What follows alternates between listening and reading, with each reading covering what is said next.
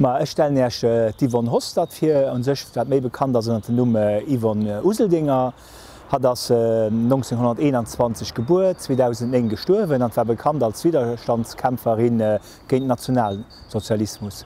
Hat war 38 an den KPL gang, féiert sech mam fréiere Burgermeester Äscher Burgermeester Arthur Useldinger bestueret ginn, an dats puermol verhaft gi vun der Gestapo, en anderem mat seg Duerstand eng Prisung op Welt kom.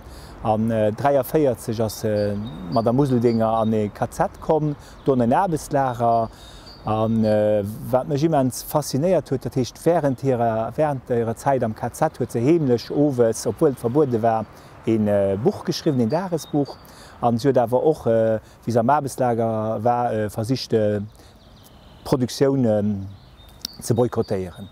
Wie werdech mech fir d'Yvonne Useldinger entscheet hunn sech zwee Grënn. Dat deen dat sinn Äscher nach der Useldinger hire Mann war Äscher Burgermeester. Ech wunne noch an der Rue Arthur Useldinger Stroos. An dann awer wat fir mech filmmi entscheedend war ass még Fréier Nopech, dat war d'Familienster vun Helling.